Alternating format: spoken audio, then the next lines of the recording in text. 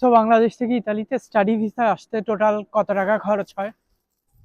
বাংলাদেশ থেকে ইতালিতে স্টাডি ভিসায় আসতে ভিসা আগে পুরো প্রসেসে অলমোস্ট 1.5 লক্ষ টাকার মতো খরচ হয়। বাট আপনার যদি ব্যাংক লোন নেওয়া লাগে সেক্ষেত্রে আপনার এক্সট্রা 70 থেকে 1 লক্ষ টাকা লাগতে পারে। এবং ওকে। ভিসা পাওয়ার পরে ফ্লাইট কস্ট, শপিং সবকিছু মিলিয়ে 1.5 থেকে 2 লক্ষ টাকা লাগবে। তো আমি ওভারঅল বলতে পারি যে 4 লক্ষ টাকা হলে আপনি বাংলাদেশ থেকে ইতালিতে আসতে পারবেন। কিন্তু এক্ষেত্রে আরো কিছু বিষয় আছে, যদি আপনি সম্পূর্ণ প্রসেস নিজে করেন সেক্ষেত্রে 4 থেকে 5 লক্ষ টাকা লাগবে। আর যদি আপনি অন্য কাউকে দিয়ে প্রসেস করান সেক্ষেত্রে আপনার তার সার্ভিস চার্জ দিতে হবে।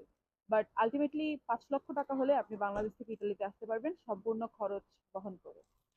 So 5 lakh is a very dissent amount, অথবা একটা লাইক ভেরি গুড অ্যামাউন্ট, তাই না? কম্পেয়ার টু যদি আদার কান্ট্রি। হ্যাঁ, কম্পেয়ার টু আদার কান্ট্রিজ, কেউ যদি ইতালির জন্য বাজেট রাখতে চায়, ইনক্লুডিং ইউনিভার্সিটিতে অ্যাপ্লাই থেকে শুরু করে ভিসা পাওয়া, then air ticket, personal shopping, hand cash নিয়ে আসা, তো সবকিছু সে 5 লক্ষ টাকার ভেতর, ইনক্লুডিং ব্যাংক লোনও, সবই সম্ভব যদি সে নিজে করে।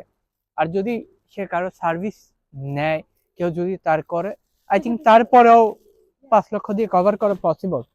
ইয়েস, হয়তো বা 50,000 এক্সট্রা লাগবে এরকম। বাট 20-25 হাজার টাকা বা 30 হাজার টাকা এক্সট্রা লাগতেই পারে, স্বাভাবিক।